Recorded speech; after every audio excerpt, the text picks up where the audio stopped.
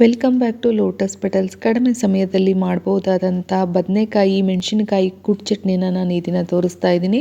4 ಸಾಮಗ್ರಿಗಳನ್ನು ಬಳಸಿ 4 ನಿಮಿಷದಲ್ಲಿ ಮಾಡ್ಬೋದಾದಂಥ ರುಚಿಕರವಾದ ಚಟ್ನಿ ಇದು. 2 ಬದನೆಕಾಯಿಗೆ ಎಣ್ಣೆನ ಹಚ್ಕೊಳ್ತಾ ಇದ್ದೀನಿ. ರೋಟಿ ರೋಸ್ಟ್ ಗ್ರಿಲ್ನ ಸಹಾಯದಿಂದ ಈ ಬದನೆಕಾಯಿನ ನಾನು ಸುಟ್ಕೊಳ್ತಾ ಇದ್ದೀನಿ. ಸುಟ್ಟು ಮಾಡೋದ್ರಿಂದ ಈ ಚಟ್ನಿ ರುಚಿ ಹೆಚ್ಚಾಗುತ್ತೆ.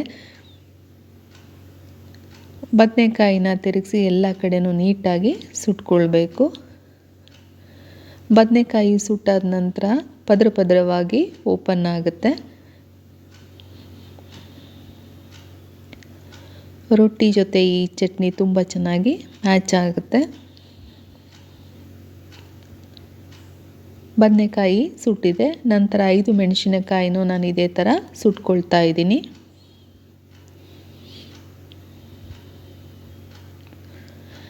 ತಣ್ಣಗಾದ ನಂತರ ಬದನೆಕಾಯಿ ಸಿಪ್ಪೆನ ನಾನು ತೆಗಿತಾ ಇದ್ದೀನಿ.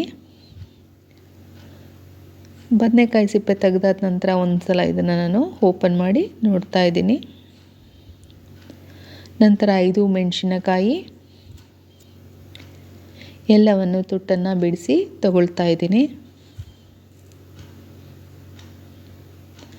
ನಂತರ 2 ಬೆಳ್ಳುಳ್ಳಿ, ರುಚಿಗೆ ತಕ್ಕಷ್ಟು ಉಪ್ಪು ಎಲ್ಲವನ್ನು ಹಾಕಿ ಒಂದು ಲಟ್ಟಣಿಕೆ ಸಹಾಯದಿಂದ ಒಂದು ಬೌಲಲ್ಲಿ ಈ ಚಟ್ನಿನ ನಾನು ಕುಟ್ತಾ ಇದ್ದೀನಿ. ಕೆಲವೇ ನಿಮಿಷದಲ್ಲಿ ಚಟ್ನಿ ರೆಡಿ ಆಗುತ್ತೆ.